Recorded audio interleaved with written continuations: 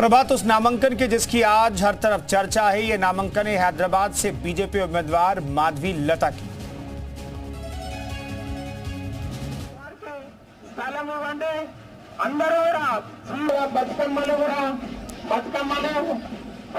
हैदराबाद में माधवी लता का मुकाबला है 4 बार के सांसद असदुद्दीन ओवैसी से। माधवी लता अब से थोड़ी देर बाद नामांकन पर्चा दाखिल करेंगी।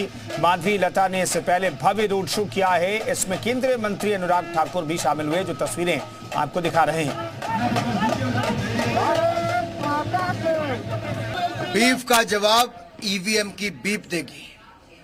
ईवीएम की बीप बीफ पर भारी पड़ेगी और बीफ का जवाब बैलेट से भी दिया जाएगा और कोई बुलेट भी चलाएगा तो बैलेट ही उसका जवाब देगा। मैं इतना कहना चाहता हूं, लोकतंत्र में वोट की ताकत है और जो लोग डरा कर आम आदमी को कुचल कर वर्षों तक राजनीति करते रहे, अब उनकी पतंग कटने का टाइम आ गया है, कमल खिलने का समय आ गया है। जो तीर छोड़ा उन्होंने उस पर क्या कहा? मैं इतना ही कहूंगा, ओवैसी का नहीं है कोई अता पता, जब से आई है माधवी लता।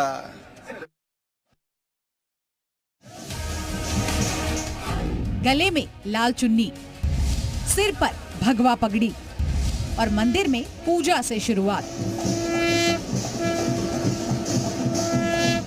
कुछ इस तरह हैदराबाद सीट से ओवैसी के खिलाफ मैदान में उतरी माधवी लता ने अपने नॉमिनेशन भरने की शुरुआत की।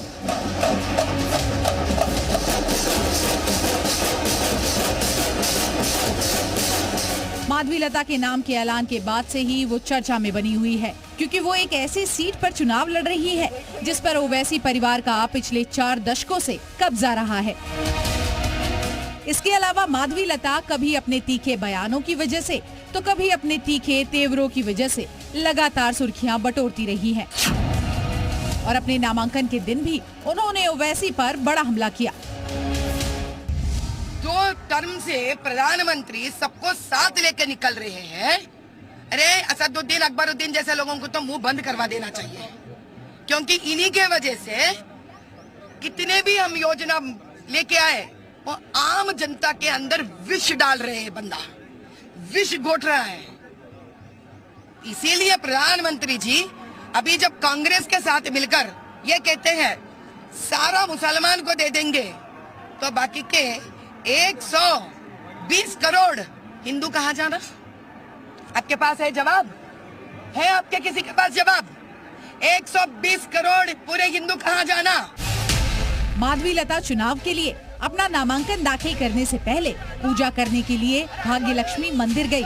इस दौरान उनके साथ बड़ी संख्या में उनके समर्थक मौजूद रहे। एक बड़ी रैली के बाद माधवी लता नॉमिनेशन भरने के लिए निकली।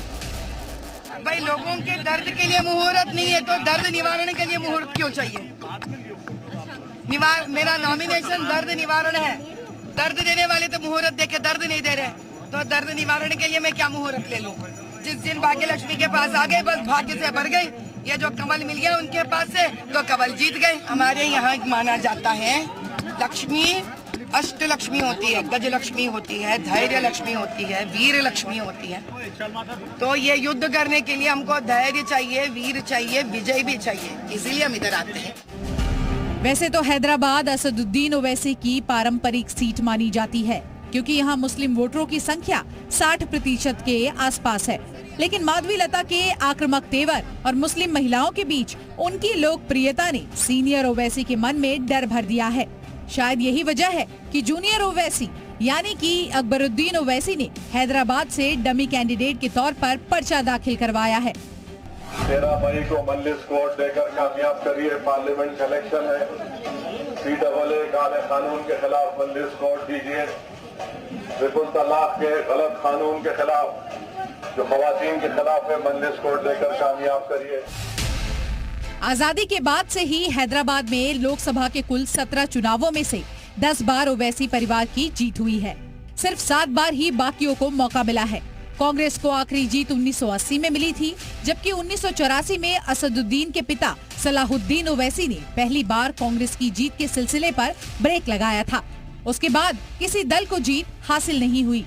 लगातार 6 चुनाव सलाहुद्दीन ने जीते और असदुद्दीन ओवैसी 4 बार यहाँ से सांसद चुने गए।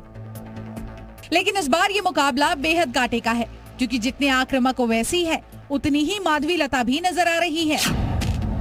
और ऐसा दोनों के ही चुनाव प्रचार में दिखा, जिसमें बार बार धर्म से लेकर तीर चलाने तक कई खबरें लगातार सुर्खियां बटोरती रही।